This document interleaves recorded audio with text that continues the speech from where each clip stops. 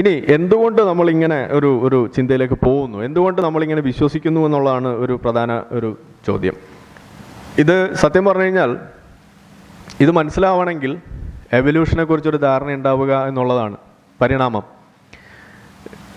മനുഷ്യൻ്റെ ഈ ഒരു ചരിത്രത്തിൽ പ്രധാനപ്പെട്ട 3 റെവല്യൂഷൻസ് ആണ് ഉണ്ടായത് എന്ന് പറഞ്ഞു. അതിൽ ആദ്യത്തെ റെവല്യൂഷൻ എന്ന് പറയുന്നത് കോഗ്നിറ്റീവ് റെവല്യൂഷനാണ്, ഭൗതികമായ അല്ലെങ്കിൽ ബുദ്ധിപരമായ റെവല്യൂഷൻ എന്ന് നമ്മൾ പറഞ്ഞു, ചിന്താപരമായ റെവല്യൂഷൻ.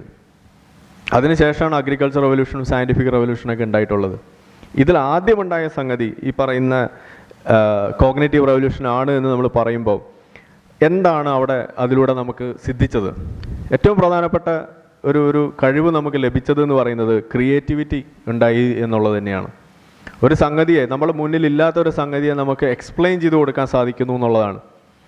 നമ്മുടെ മുന്നിലൊരു പുലി ഇല്ല, പക്ഷെ നമ്മളുടെ പിന്നാലെ വരുന്ന ഒരാൾക്ക് നമുക്ക് പറഞ്ഞു കൊടുക്കാൻ കഴിയും, ഒരു വലിയ പുലി ഇതിലെ വന്നു, അതിന് നിറയെ ദ്രംഷ്ടകൾ ഉണ്ടായിരുന്നു, അത് 10 ആളെ കൊന്ന് ഇങ്ങനെ ചോര വലിപ്പിച്ചിട്ടാണ് വന്നത്, അതുകൊണ്ട് സൂക്ഷിക്കണം എന്നൊക്കെ പറഞ്ഞ് കഥകളുണ്ടാക്കി നമുക്ക് ആളുകളെ പറയാനും അവരത് ഫലിപ്പിക്കാനും ആ പുലിയെക്കുറിച്ച് ഭയമുണ്ടാക്കിക്കാനും അവരെ കൊണ്ട് സൂക്ഷിക്കാൻ ഉള്ള ഒരു നിർദ്ദേശം അവർക്ക് കൊടുക്കാനൊക്കെ കഴിയുന്ന രീതിയിലേക്ക് ഗുഹാമനുഷ്യനായിട്ട് ജീവിച്ചിരുന്ന കാലം മുതൽ തന്നെ നമുക്ക് സാധിച്ചു എന്നുള്ളതാണ് ഈ കോഗ്നിറ്റീവ് റെവല്യൂഷൻ ഉണ്ടായിട്ടുള്ള വളരെ സിമ്പിളായിട്ടുള്ളൊരു കാര്യം. പലതും നമ്മൾ അതിനോടൊപ്പം പറയാറുണ്ട്. ആയുധങ്ങൾ ഉണ്ടാക്കാൻ നമുക്ക് സാധിച്ചത്, നമ്മൾ ലാംഗ്വേജ് നമ്മൾ പഠിച്ചത്, ലാംഗ്വേജൊക്കെ ഡെവലപ്പ് ചെയ്തതിൻ്റെ പ്രധാന കാരണം ഈ പറയുന്ന പരദൂഷണം പറച്ചിലാണെന്നാണ് പറഞ്ഞു വെക്കുന്നത്. പരസ്പരം പരദൂഷണം പറഞ്ഞാണ് നമ്മൾ ഇന്ന് സംസാരിക്കുന്ന പല ഭാഷകളും ഉണ്ടായി വന്നതെന്ന് പറഞ്ഞാൽ പരദൂഷണം ഇല്ലായിരുന്നു എന്നുണ്ടെങ്കിൽ ഭാഷ തന്നെ ഉണ്ടാവില്ലായിരുന്നു എന്നുള്ളതാണ് നമുക്ക് മനസ്സിലാക്കാൻ കഴിയുക.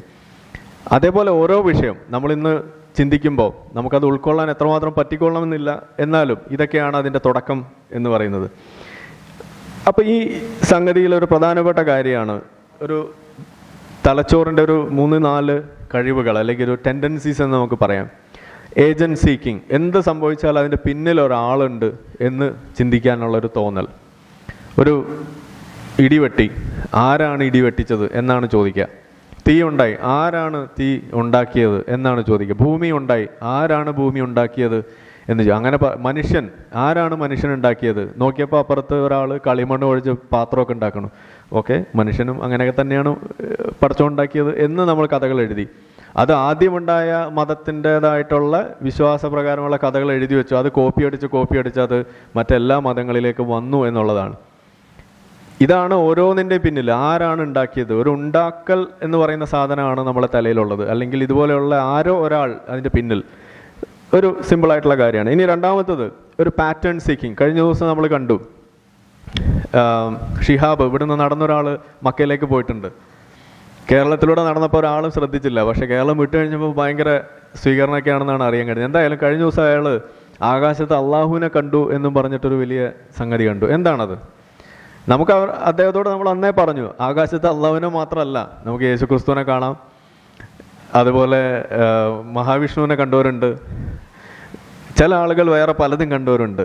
അപ്പോൾ നമ്മളുടെ മനസ്സിൽ എന്താണോ നമ്മൾ കാണാൻ ആഗ്രഹിക്കുന്നത്, അല്ലെങ്കിൽ നമ്മളുടെ ക്രിയേറ്റിവിറ്റി എത്രത്തോളം ഉണ്ടോ അതിനനുസരിച്ച് നമ്മൾ ആകാശത്തേക്കൊന്നുമല്ല, വെറുതെ വെള്ളത്തിലേക്ക് താഴോട്ട് നോക്കിയാൽ പോലും നമുക്ക് ഓരോന്നും കാണാൻ കഴിയും. പാറ്റേൺസ് നമുക്ക് കണ്ടെത്താൻ കഴിയും. അതിനെ ചിത്രങ്ങളാക്കി മനസ്സിലാക്കി നമുക്ക് അതിനെടുക്കാൻ സാധിക്കും. ഇത് മനുഷ്യൻ്റെ ഒരു ബ്രെയിൻ്റെ ഒരു ടെൻഡൻസിയാണത്. ഇത് പല രീതിയിൽ നമുക്ക് ഗുണങ്ങൾ ഉണ്ടാക്കിയിട്ടുണ്ടാവാം, അതുപോലെ തന്നെ ഇതേപോലുള്ള ചില ദോഷങ്ങൾ ഉണ്ടാക്കുന്നു എന്നുള്ളതാണ് ഒരു ദൈവികത. അപ്പോൾ അള്ളാഹുവിനെ കണ്ടു, അപ്പോൾ ഷിഹാബ് എന്ന് പറഞ്ഞ ആൾ കഷ്ടപ്പെട്ട് ഇവിടുന്ന് നടന്ന് മക്ക വരെ പോകുന്ന ഒരാളെ ദൈവം ചുമ്മാ ഒന്നും അങ്ങനെ കൈവിടൂലല്ലോ.